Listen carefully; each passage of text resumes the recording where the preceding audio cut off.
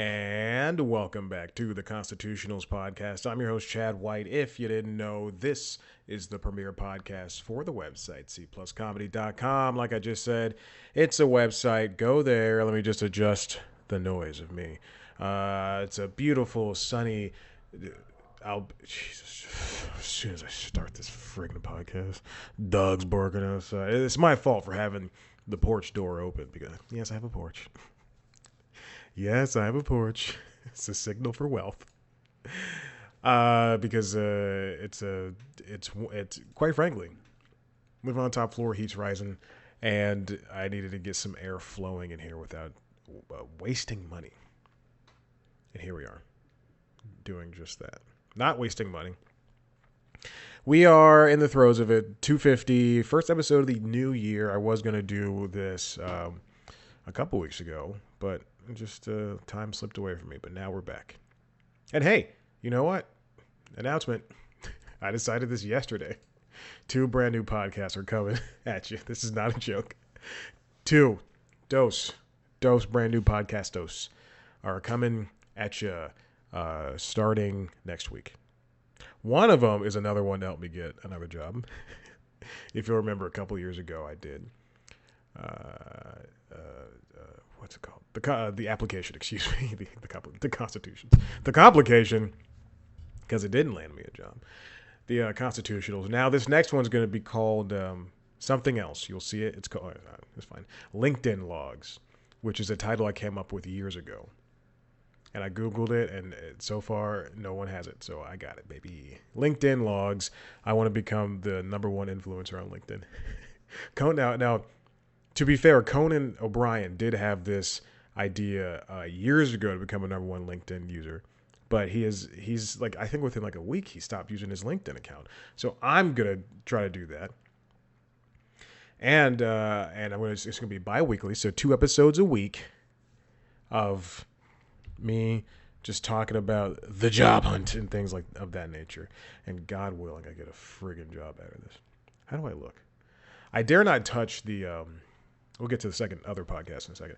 I dare not touch. I plugged in the ring light into the Mac Mini, or rather, I plugged in the Zoom, the recorder, into the Mac Mini as usual, and then I plugged in the ring light into the USB-C hub that I have, Anchor USB-C hub. Now it's an older hub.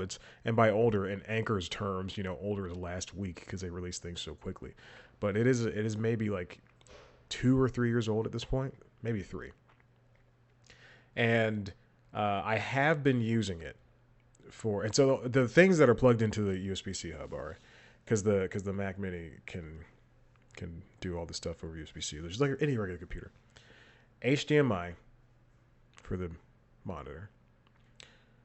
An SSD that's for the Mac Mini that holds the C plus comedy stuff for the Mac, because you can't just throw things willy-nilly. I went to school with a willy-nilly. It's just so willing to do stupid things. And what else is plugged in there? Oh, and now the ring light. An SSD, something else, and now the ring light. What's the second thing? Oh, the webcam. Okay, so all that's plugged in. That stuff is typically plugged in, save for the ring light. I plugged in the ring light. Boom, everything. The monitor turns off. The Mac is still fine, but everything else just shuts down. The ring light turns off. All this stuff. I plug it back in, and it's fine. I take out the ring light, it's still fine. But that happens like 2 or 3 times, and now it's just I don't want to touch anything, because I don't want anything else to happen. I think the issue is, and maybe I'm just overthinking this. I do have that Steam Deck still, which I've mostly figured out. I'm still having so many issues with it. Just downloading games and stuff. Like GOG doesn't work on it, and then so you have to. The Witcher 3 rather doesn't work on it because I have it through GOG, and then you got to do this and that to make it work with GOG, and GOG is basically for Windows and for Mac. It's not really for Linux, and then you have to download that in the background, and Linux is so much. And people will tell you, oh, the Steam Deck is so easy and so fun. You just have to get on this GitHub and download a flat pack. And I don't want to do all that stuff. Point the wine source and those are all real words. Wine, flat pack. I don't like it's so much work. I want a Windows handheld where I could just download a game and play it. Versus emulation on the Steam Deck, you gotta, yeah, it works, but I have to download the right kind of ROMs. Oh, excuse me, I have to have my own. I have to have the ROMs that I like, the ROMs that I've owned from my personal games. You have to download the right kind of ROMs, and then they've got to work. The emulator has to be updated, and it's got to work for this. And then if you want Witcher 3 to work, then you got to do. And you don't own Witcher 3 on Steam, and you have to buy it. You have to work. You have to do it how Epic wants it or how GOG wants it. It's just, like, come on, because I got it for free. I got Witcher 3, I think, for free for GOG. I swear I'm gonna play it. I'm not gonna spend $10 again just to play it. $10 because I already own it on Xbox. I just want to get the save downloaded to the thing. I got it figured out. It took me 2 weeks to figure The Witcher out because nobody had a straight answer until I found a video of this guy. It was like, you gotta download GOG. Don't open it in Lutris. Don't open it in Heroic. And those are two different sources. To download it, you have to download GOG, put it on Steam. Make sure add it to Steam as a non-Steam game. Open it on Steam. Then you can download the game from GOG. You have to go into the code and find the thing. It's just so much work. It's just so much work. It's a good device. Anyway, so I've been plugging that hub into the Steam Deck. All that to say, so I can see if so when I'm working on that crap, I can see it on this monitor. And I think that's the issue of it. Anyway, Steam Deck's fine. I'm glad it opened up the world to. I mean, truly, I think it opened up the world to just like how, iPads and iPhones, introduce things that have already existed on the Android side and on the Windows side, on the PC side. And I looked at the MacBook and when I meant to say iPhone, when I said iPhones, when all that stuff, like when Android and Windows and PC stuff has already existed, and then Mac and Apple and them, they decide to do it, and quite frankly, sometimes do it better, sometimes do it worse. That's what the Steam Deck is, but it's a good device. Got it for free, and I'm excited. Let's move on. Let's do this for 250, episode 250. Welcome to the New Year. Happy New Year. The hell is that noise? Oh, they're working on the apartment stuff outside. I saw a treadmill for sale, and I really want it. I don't have money for a treadmill, but I saw it. Somebody was selling it on Nextdoor, and just like that bike that's right there, that's where I got that. My indoor bike. So I'm just saying. Maybe I talk them down. Let's get into it. This comes from Deadline. 8 minutes. I have the timer right here. It says 8 minutes. Deadline. No false advertising. Ana de Armas. Absence from Yesterday flick puts trailers in legal spotlight, written by Dominic Patton. Stories from, guys, I'm going to need you to not do that. I am podcasting. Just turn it down and I'll talk louder. If you know the movie Yesterday, it is about it's the Danny Boyle movie starring Hamish Patel, I believe that is his name. Let me double check. I don't want to be wrong. Hamish Patel, excuse me. And he is Yesterday, fantastic movie. It's about he lives in a world where Beatles songs don't exist, and he starts singing them and playing them. People are like, that's a good song, and he becomes famous. He meets Ed Sheeran. I believe Kate McKinnon is his manager. It's a very fun movie. I enjoyed it, and I believe I saw it the same weekend I saw the Bruce Springsteen one, starring Jesus, what's it called? Blinded by the Light. Blinded by the Light. It's a great movie. I saw them both the exact same weekend, and I enjoyed it. And I bought them both. Vivek Kalra. He did a fantastic job. Any users, let's continue. And if you watch the trailer for yesterday, Anna de Armas is in that. And boy, oh boy, people were upset. A U.S. district judge had to rule that Universal is in the wrong for including Anna inside of the movie trailer rather. He's a federal judge. The judge was a federal judge. And he said, quote, Universal is correct that trailers involve some creativity and editorial discretion, but this creativity does not outweigh the commercial nature of a trailer. The people who filed the lawsuit in January of 2022 were Paul Michael Rosa and Connor Wolf, two people who need to get a friggin' life. The trailer version of the $5 million suit. That's very funny. It's a trailer version. Good job, Dominic. In July and October of 2021, Maryland-based Wolf and California-based Rosa saw a trailer for the Himesh Patel-led rom-com that featured de Armas as the love interest at $3.99 a piece on Amazon Prime Video. I'm sorry, I just got unreasonably infuriated. Both fans soon after rented the film about a musician who wakes up knowing all the Beatles songs in the world where the Beatles never existed. And of course, de Armas was not in the movie. Turns out she's been cut entirely from the movie, which happens all the time, which is something that happens literally all the time. Your favorite actor has been cut out of movies all the time. I'm sure Brad Pitt's been cut out of movies.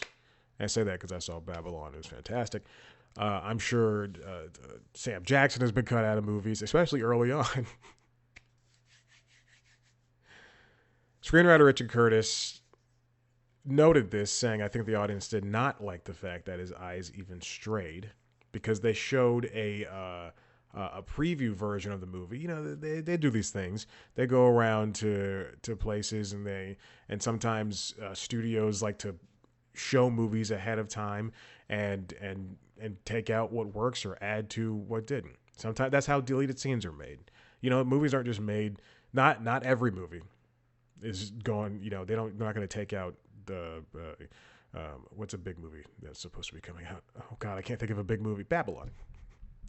They're not going to be taking Babylon to Middle America or some theater in Chicago or some or like a testing ground in LA. They're not going to be taking, you know, that movie and going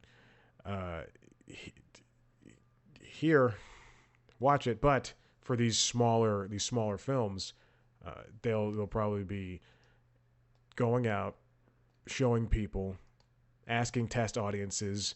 That's what they are, test audiences. What do you think about this? What do you think about this? What do you think about this? You know, that's just how it happens. And sometimes trailer houses, they're just, all they have to do, if you look at the trailer for Die Hard 2, Die Hard 2's trailer literally spells out Die Hard. And I think in the trailer, I think because I just rewatched Die Hard 1 and I looked at the trailer for Die Hard 2 and boy, oh boy, trailers don't do movies justice anymore. Or they used to not do movies justice. Now I think they're fantastic and they show way too much. It's an artistic reason, but Wolf and Sousa do not see it that way. The plaintiffs. They felt conned. This is what Dominic says. By the trailer. The lawsuit declared, quote, defendants' advertising and promotion of the movie yesterday is false, misleading, and deceptive. Now, despite the Comcast-owned studio and their Munger, Tolles, and Olsen's attorneys' best efforts to put the lawsuit in the past, Wilson agreed with a lot of where the plaintiffs and their army of lawyers were coming from. Oh, I do. I want to get through this. Okay. In some, Universal has pointed to no non-commercial speech that could be intertwined with the trailer, and the inextricably intertwined exception, that's too much, to the commercial speech doctrine does not apply. I realize I didn't talk about the other podcast. At the end of the show, I'll talk about that.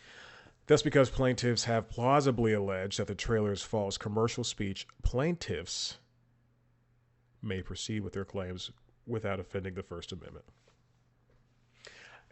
This is a wild abuse of the court system. And yes, movie trailers do, especially now, portray uh, sometimes different styles of film. Sometimes you can go to a movie and watch it and go and like think like, oh, I thought that was supposed to be a comedy, but it's not. Did Avatar stand up to its trailer? Yeah, it did. Avatar, Edge of Water, Way of Water. Excuse me. There's gonna be Fire Navi in the next one, or they're coming at least. Did what's a movie I can't think of? Pinocchio, Guillermo del Toro's Pinocchio, stand out to its trailer? I don't know, because there's no color people in that movie, so I can't watch it. It's very true. Guillermo's Mexican, and he continually casts all white casts. And that one's a cartoon. I just don't understand. My guy, put some colored folks inside your movies. I think it's a dumb rule. I mean, yeah, this is a waste of judicial time, truly. And I understand where the judge is coming from, but uh, it's less false advertising and more a kind of narrative decision. Like, would you sue a a network for not like for canceling a show mid-season? No. I'm going to sue the CW for canceling Pushing Daisies. Why is that the first show I could come up with? I'm going to sue Netflix for canceling 1899 before I could even get to the season. This is stupid. It pisses me off. We spent $4 and we thought we were going to see Anna de Armas. She was paid. I didn't see anybody getting that mad for Scarlett Johansson when she was supposed to be paid for Black Widow. I mean, I was. I was pissed for her. She did her job. She didn't get it. And then that movie went to Disney Plus. You kidding me? Iger would have handled it well. Next topic. Hey, speaking of movies, this is going to be an all-movie episode.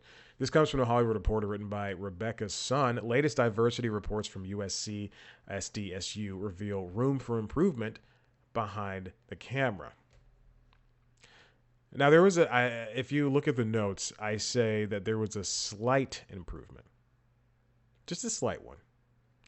I do believe that, in my eyes, this is from the USC Annenberg Inclusion Initiative, which is something I talk about all the time. This is for the Director's Chair Report, and it analyzes gender and race and ethnicity, the directors behind last year's 100 highest grossing movies in the U.S., while the San Diego State Center for the Study of Women in Television and Film's most recent Celluloid Ceiling report examined the employment of women in key behind-the-scenes roles in both 150 and 250 top grossing movies at the domestic box office. Now, I do believe that there has been the reasoning for my verbiage of slight is that I believe that there has been an uptick of people talking about female directors. Now, whether I like them or not, Olivia Wilde, Greta Gerwig, they've been talked about more in the past year for good and bad. Well, one for good and bad things, and the other because she's doing the Barbie movie. And those are the only two directors I don't like. Well, Edgar Wright too, and Guillermo del Toro. Just burn down all the bridges. No, but I believe that there has been a good increase in talking about women directors. Who did the Eternals? Was that the woman who did Nomadland?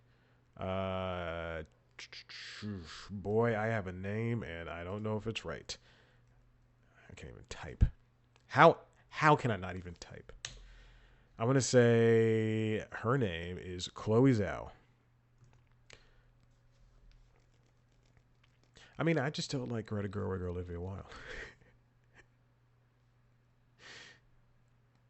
SDSU reported that 11% of 2022's Helmers were women, which is down from 12 in 2021 and the high of 16 in 2020. The USC said 9% in 2022. The total number of women helming a movie in a top 100 movie out of 111 directors was 10, and you can actually just count them on your hands. Now, however, I do want to. I don't want to doom and gloom this. These movies were, at least in my mind, from. I know each one of these movies, and it's not because I know movies. These are movies you should know.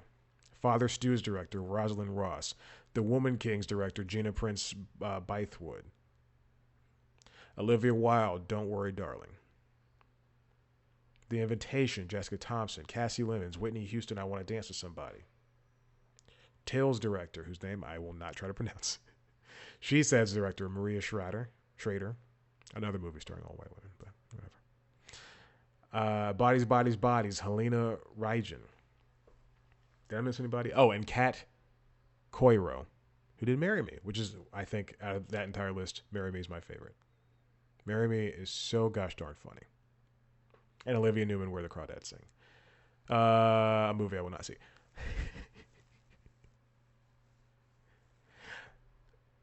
And as I said, yes, the numbers were not very big or very inclusive, but these are all like big movies. I was going to say giant, but I think with the exception of Father Stew, these are all, and Where the Crawdads Sing, I think The End of the Invitation. These are all big enough movies to where you could see someone pop up on late night, see someone pop up in a podcast, see a trailer for it, and still recognize those movies. And now with those names, you can go, this person did that. Only 3 women of color, which were Prince Bythewood, Lemons, and the woman who did Till. Hey, I also want to point this out. There's only 3 women of color, which are represented in this, and each one of those women, Gina Prince Bythewood, who did The Woman King, Cassie Lemons, who did Whitney Houston's biopic, and Till's director, Chuck Woo, last name Chuck Woo. They're all movies about black people, which is unfortunately the state of things when it comes to Hollywood, which is one of the most frustrating things in the world. To have to be typecast into just one section. Like, wouldn't it have been great to see Cassie Lemons do Marry Me, starring a woman of color, and Owen Wilson? Wouldn't it have been great to see Gina Prince Bythewood do Don't Worry, Darling, which I don't think had people of color. I don't know, based on the trailer. Speaking of trailers, that's the reason I didn't see that movie. And also, I'm not a fan of Olivia Wilde. The SDSU study notes that movies with at least one woman director tend to hire more women in key behind-the-scenes roles, more white women, among women directed movies. Women represented 53% of writers compared to 12% of male-helmed features, 39% of editors compared with 19%, 19% of cinematographers compared with 4%, and 18% of composers compared with 6%.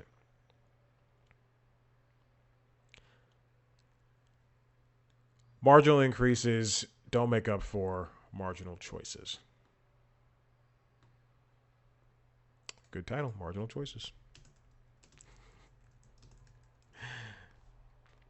I mean, it's gonna take a lot more work on the part of the people who end up landing those bigger jobs.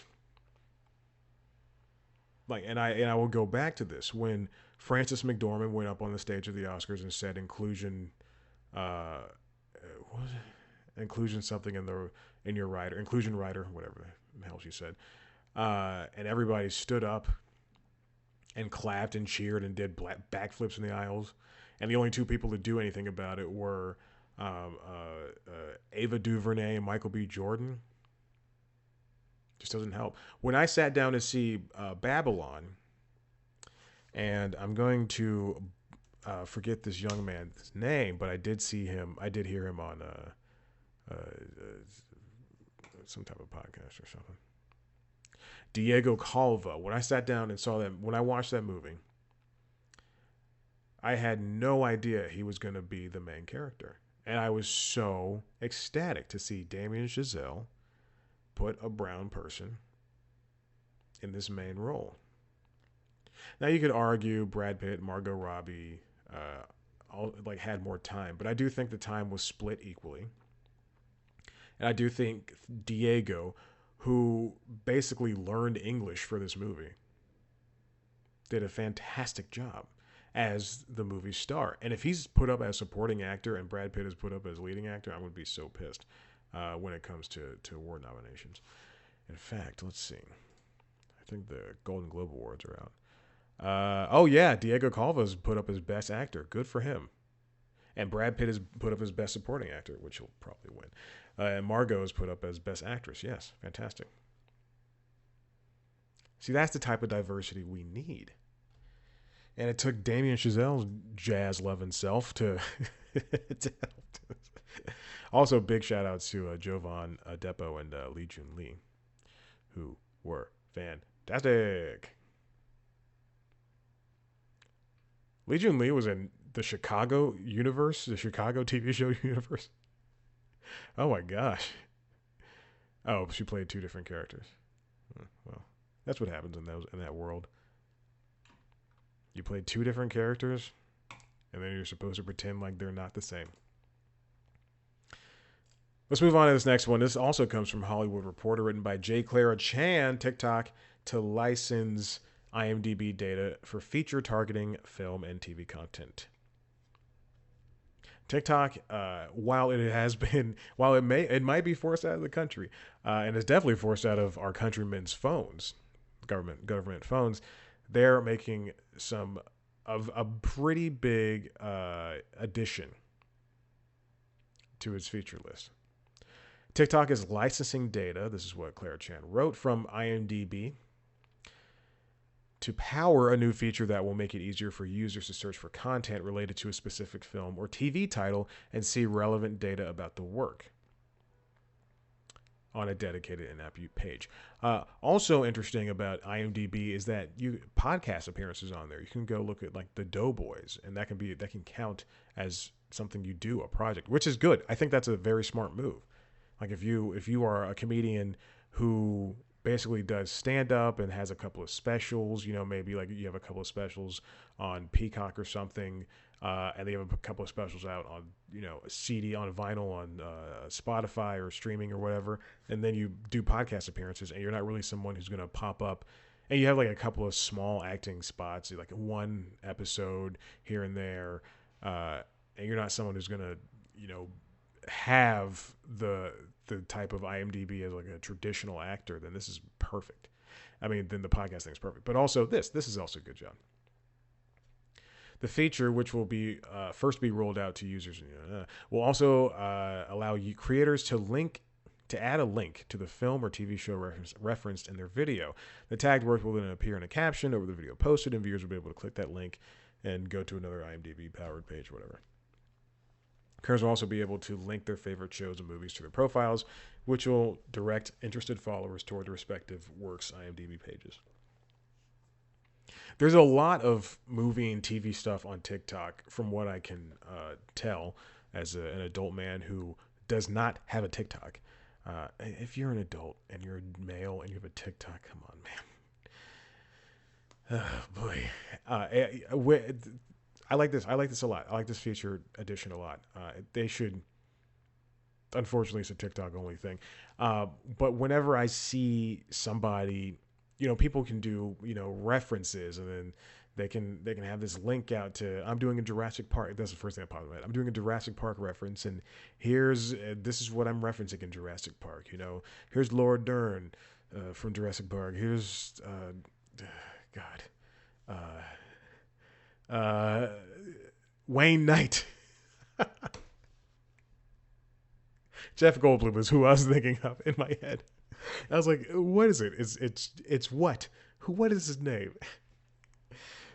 Wayne Knight is the second person that came in my mind. I also have a friend that works at TikTok, and that person hates it. They said it stinks. I'm not using a pronoun because I don't want them to get in trouble. Okay.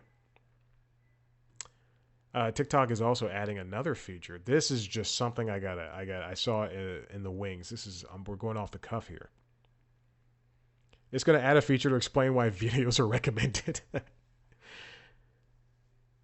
TikTok has added a feature to its For You page that will give users a brief explanation of why the video is recommended in the feed.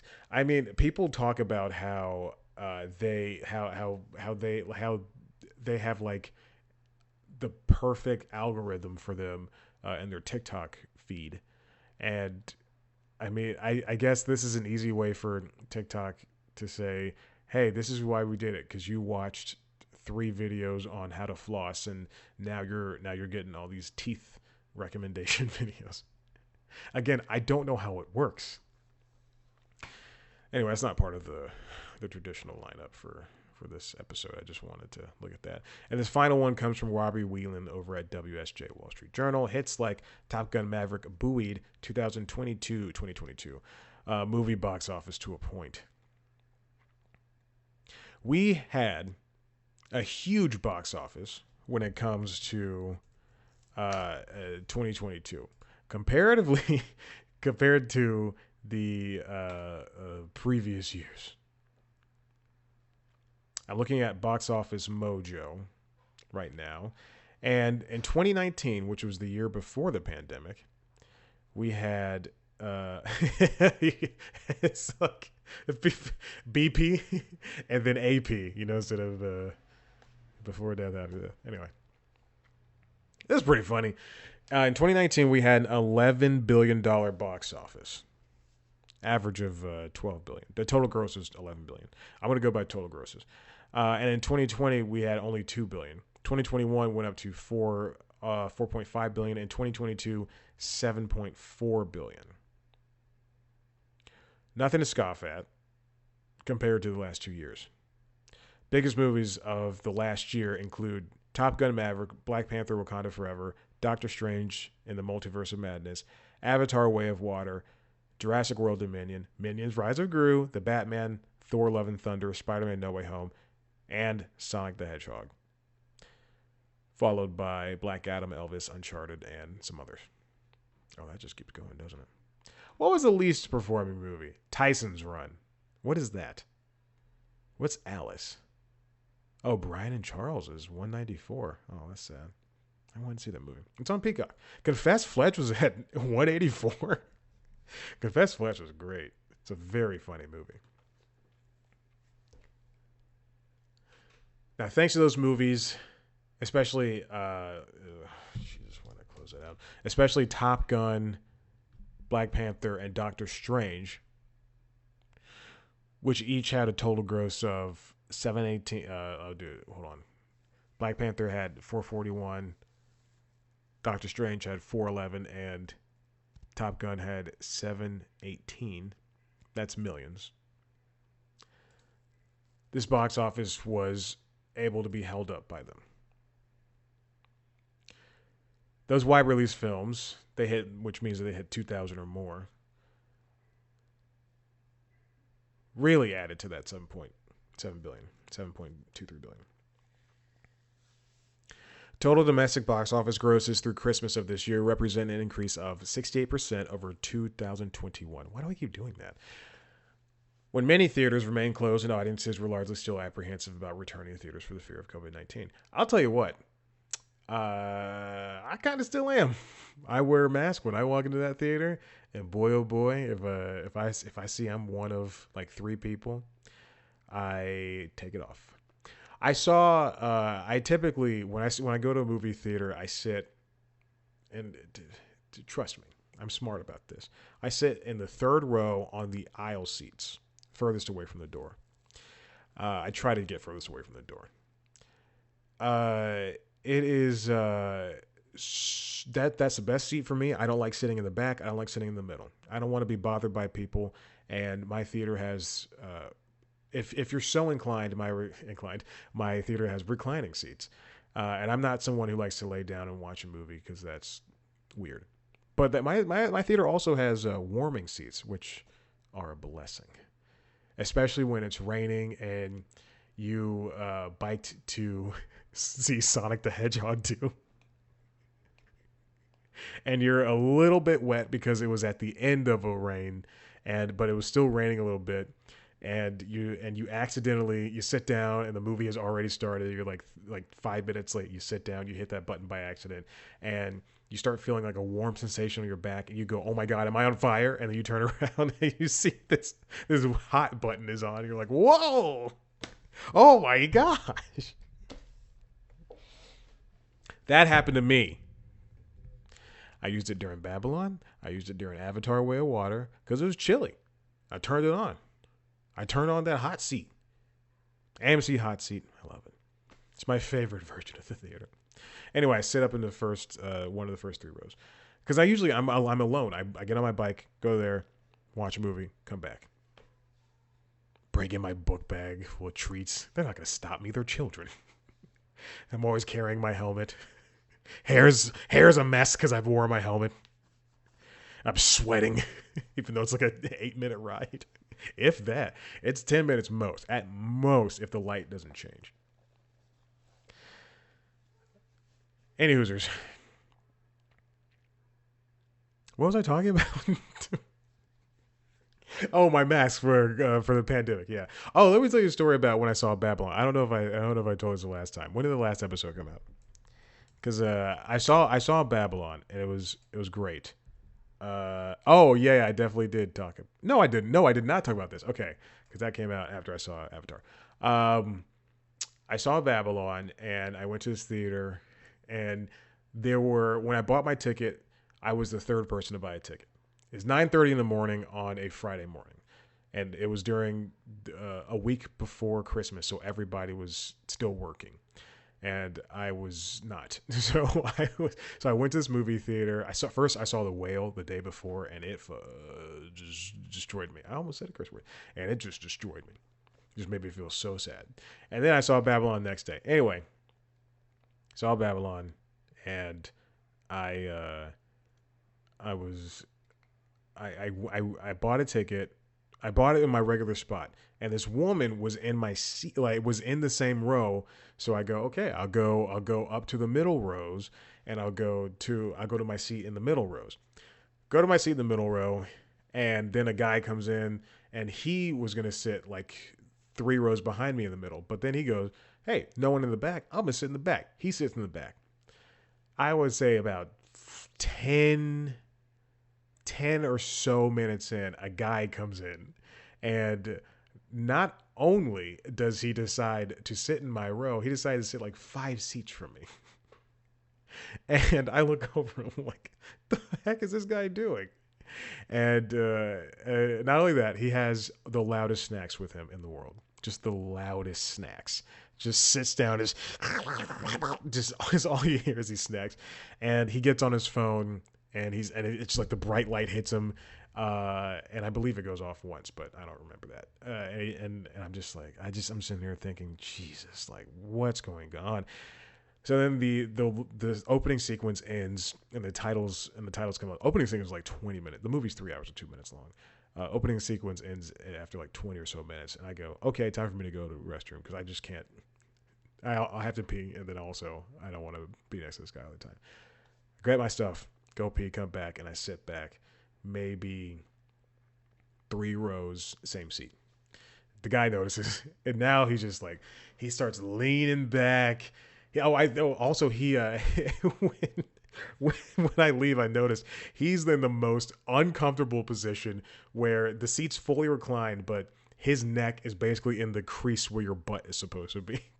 That's how lean back this man is, and I go to my new seat after I come back from the restroom, and now this guy is just fully on his phone the entire time. I believe at one point he does take a picture, and twice he takes a picture, because at that same point he takes multiple pictures.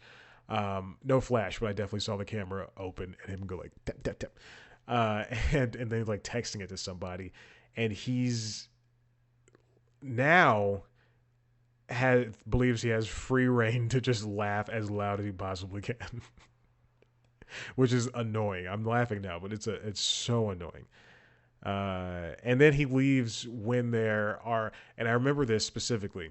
The movie is in its falling action, so we are in the final act of the film, and everything's kind of wrapping up. But there's at least 20 to 25 minutes left of this movie. And he gets up and he leaves, and I go, well, I mean, yeah, I guess he doesn't want to see the credits. And then I look down at my watch and I go, yeah, I guess I want to see the credits. And then the movie ends like 20 to 25 minutes later, and I'm like, that guy left way too early. I don't know why he did that. But he was wearing a button-up shirt tucked in some pants, so I think he was supposed to be working. I don't know. I don't know what he was doing. He wasn't. I'm talking about like working an office job. He definitely was not like. I don't know. I don't know what that was. Any Hoosers, let's get back to the story. It's so stupid. The domestic box office saw an increase of 68% over 2021, which I've already discussed. But 2022 grosses are still off by roughly one third compared to 2019, the last pre-pandemic year. I do think that we shouldn't really be comparing the last three. Like this year is the year that it needs to be compared to 2019. I do think because of the growth of the pandemic, and then over this current winter, we're still experiencing the triple demic with the flu and RSV and COVID, coronavirus. That there is, and now people are more comfortable of going out in public and enjoying things. I do think that this last 3 years kind of had to be a little bit of a gimme years, when it came to enjoying the entertainment industry as a whole, but also just the world. But the entertainment industry, because it's so take it or leave it, especially with like streaming. Obviously, the last 3 years, you know, I've seen this multiple times, and as somebody who's experienced it, because now I'm currently out of a job. And now I can talk as much smack about Warner as I want. I won't do that. Not like the last three jobs. I'll talk smack about them to their faces. But I've seen this a lot. Is that they say like the CEOs and the CFO, I believe the CFO of Warner Bros. Discovery said the streaming boom is over, and all that the quote unquote reckless spending that they did has to be, you know, that HBO Max and Hulu and Disney Plus and everybody, what they did to try to keep up with Netflix, and now even Netflix is suffering. It is that it had to be over. But yeah, because we were in the last 3 years of pandemic, and people were at home and they were watching things, and just like how it should grow. It's like the economy. These things should grow. This change and flow. You shouldn't like continually spend and go, I'm going to, like, what if I did buy that treadmill? Then I wouldn't have money for rent the next month. I wouldn't have money for food for me and Nova. Like you shouldn't. It shouldn't have to just be a one-way street. And also, movies don't have to be the biggest thing in the world, and TV shows don't have to be the biggest thing in the world. Just because you think they should be. Not everything is going to be Stranger Things. I think I've said this a dozen times. The main issue, according to studio executives and industry observers, is lack of supply.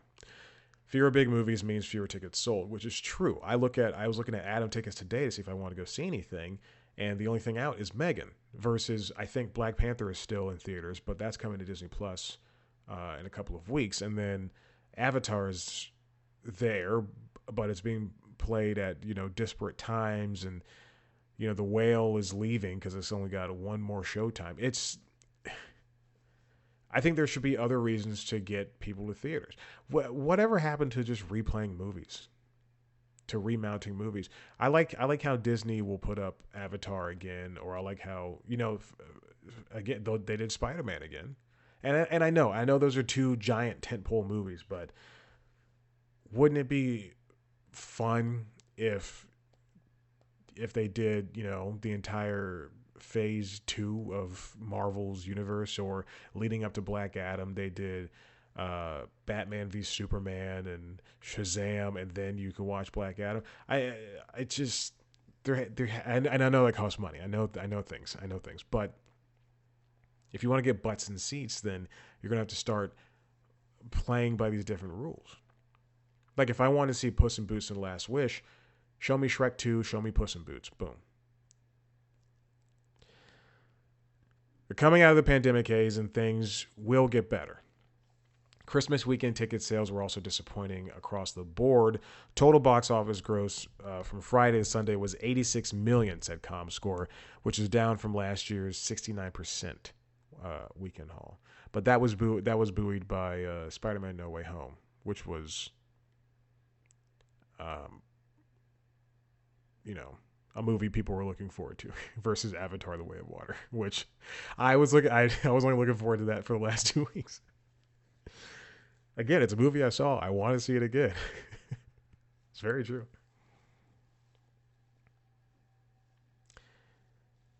They have to aim for the demographics. The look at movies like Ticket to Paradise. That didn't do extremely hot, but compared to what it is globally, it got 167. Our A-list, and comedies don't do too well in theaters anymore. That's why even though this came out during the pandemic on Netflix, The Lovebirds, I think about that movie all the time, mostly because it stars two brown people, Issa Rae and Kumail Nanjiani, in a rom-com. But it was like the last middle comedy that was supposed to come out in theaters, and then it had to be taken on a streaming. And then Bros came out, and that's when I say middle comedy, I mean like, if blockbusters are AAA and then indies are single A, then those middle budget comedies that are made for 20 million and are expected to pull in $500 million, which is ridiculous. Keep bringing back. Are we out of A-list? Or well, not out of A-listers, but can A-listers sell movies anymore? You see, Will Smith, I believe if Emancipation came out in theaters, I don't think it would have done well. Top Gun only did well because A, it's a fantastic movie, but B, Tom Cruise can probably still sell tickets. Brad Pitt didn't really help out Babylon as much. I would consider Margot Robbie up there and kind of in his near his orbit, and she didn't really help that movie that much because it did not do well in theaters. It has not done well in theaters, and it probably will not do well in theaters. And as good as Brendan Fraser is, I don't think he's in the same lane as Brad Pitt and Margot Robbie anymore. But I think he's close by, considerably. I think he's close by compared to the likes of other people. The Whales, even if it was only put in a couple of theaters, the Whale's not performing the best for what it is. It is, but it's not really doing that much better. So, do they have to take into account more than box office? And yeah, I mean, it really includes. It has to now include streaming because now Netflix is going to put, in order to get award consideration, they've got to put movies like The Pale Blue Eyes, and the only reason I say The Pale Blue Eyes is because I know it's in theaters because I just was on the movie app, and then they also have to put Glass Onion and Knives Out Mystery inside of both in theaters, just for a couple of weeks, just so they can have this award nomination. But people are going to want to see that stuff together. I mean, I don't know about The Pale Blue Eyes, but Glass Onion, when Knives Out came out, people flocked to see that movie. I don't know if it did well, but people flocked to see it. I know that much. People definitely would, if Glass Onion came out traditionally, people would probably have seen it for the 2 or 3 months it was in theaters. Same thing for The Irishman. Oh, The Irishman. There just has to be trust. These companies have the most money in the world, and I just think one year they just have to trust If Universal goes, okay, we're putting out 20 movies this year in theaters. We just have to trust it. And we have to do our best to and I think the problem is for a lot of these movies, they just advertise them the same way. Going back to the trailer discussion, a lot of them are advertised the same way. But if you have a memorable ad campaign, instead of just going to Vanity Fair and shooting some YouTube videos and trying to go viral with those, and instead of doing a cute little, TikTok dance and just throwing someone on late night, Logan Lucky has such a memorable campaign because it was advertised a lot in the South where NASCAR is huge. And I'm sure they did what they could in the North and the West, but in the South, that's where NASCAR is huge. So, for something like, I don't know, what's a movie that came out in theaters? Babylon, throw a party. Send cocaine to people. Go to USPS and send white powdery substance to people. You just have to be creative with this. And I know that costs money. I know things like that. But you can't expect the same type of advertising to work for two movies. I just bought Gatsby. I've seen it before. It's Baz Luhrmann's Gatsby, starring Leonardo DiCaprio and Tobey Maguire. And if Gatsby and Babylon, Gatsby had a fantastic soundtrack. If Babylon released its soundtrack, that Justin Chatwin, I think that's what it is, Justin Chatwin, right? No. Is it Justin Hurts?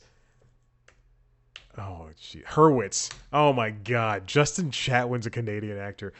Justin Hurts. If I had that Justin Hurts jazziness moving and grooving in my ear. Oh, baby. I got to end this. If you like what you heard here, and you want to see a video version of the show, head on over to youtube.com/C+Comedy. You can see me sitting in my beautiful HD glory, baby. I don't know why you would. Don't. You can also go to the website cpluscomedy.com, where I have interviews with your favorite entertainment industry people. You can watch our premiere show on youtube.com/cpluscomedy. News Time, which is like The Daily Show, except way less funny. Instagram, Twitter, TikTok at @CPlusComedy. Facebook at @CPlusComedy. And me at Chad Black White. Now to talk about the other podcast. So the first podcast, the first new podcast is LinkedIn Logs, where I'm trying to get a job. It's going to be bi-weekly. God, I hope it's bi-weekly. It'll have video, audio, wherever you get podcasts. And then also, because it costs money to do these podcasts, I have to actually now pay. So the third podcast is going to be I love this title, and actually there are two titles, but I had to mix them into one. It is called Late Night Lately, the Late Night Show. Late Night Lately, the Late Night Show. That's how you say it. That's how fast you say it too. It is going to be a comprehensive look at late night for the week, and I'm going to try not to do recaps, and it's just. I know what I want to do for the show. I'm not going to make any promises, but it's going to be. I want to see what I can do. It's going to, and that one starts January 17th. That week, so the week that the Daily Show returns with Chelsea Handler as guest host, and then they're going to do Sarah Silverman and other people and Al Franken. That Friday, that's when that first episode comes out. Hopefully, we'll see. Because I have to make two theme songs, one for LinkedIn Logs and one for Late Night Lately. And then I also have to continue doing the Constitutionals and then also News Time. But 2 new shows are coming. And that'll be fun. Anyway, I'll see you in the next one. Thanks for listening. I appreciate it. You're the best around. Gotta stop doing that.